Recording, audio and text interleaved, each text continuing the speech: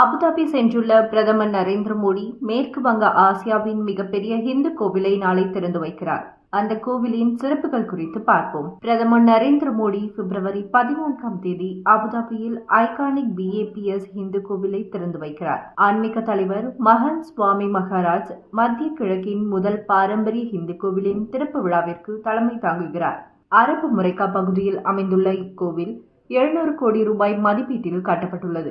இளஞ்சிவப்பு ராஜஸ்தான் மணற்கல் மற்றும் வெள்ளை இத்தாலிய மார்பிள் கல் இந்தியாவில் செதுக்கப்பட்டு பின்னர் ஐக்கிய அரபு எமிரேட்ஸ்க்கு கொண்டு செல்லப்பட்டது.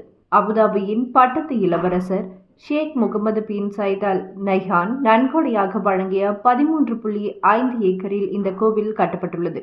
2015ஆம் ஆண்டு பிரதமர் நரேந்திர மோடி அங்கு சென்றபோது நிலத்தை தானமாக வழங்கினார். கோவிலின் 7 கோபுரங்கள் ஒவ்வொன்றும் ஐக்கிய அரபு எமிரேட்ஸின் எமிரேட்டை குறிக்கிறது. 32.92 மீட்டர் உயரம், 79.86 மீட்டர் நீளம் மற்றும் 54.86 மீட்டர் அகலத்தில் இந்த கோவில் வடிவமைக்கப்பட்டுள்ளது. பண்டைய இந்து வேதங்களான ஷில்பா சாஸ்திரங்களின் அடிப்படையில் கட்டுமான பணிகள் நடைபெற்றுள்ளன.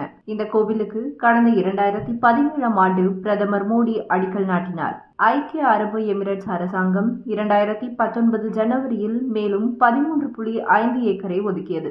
மேற்கு ஆசியாவின் மிகப்பெரிய இந்து கோவிலாக அமைக்கப்பட்டுள்ள இந்த பிரம்மாண்டமான கோவிலில் ஒரே நேரத்தில் 10,000 பேர் வரை தங்கலாம். அயோத்தி ராமர் கோவில் போல் இந்த கோவில் கட்டுமான பணிகளுக்கு இரும்பு மற்றும் எஃகு பயன்படுத்தவில்லை. கோவிலில் தியான அறைகள், கண்காட்சி மையங்கள் மற்றும் குழந்தைகளுக்கான விளையாட்டு பகுதிகளும் உள்ளன. கோவில் திறப்பு விழாவை முன்னிட்டு பிப்ரவரி 12ஆம் தேதி நல்லிணக்கத்திற்கான அடையாள யாகம் நடைபெற்றது.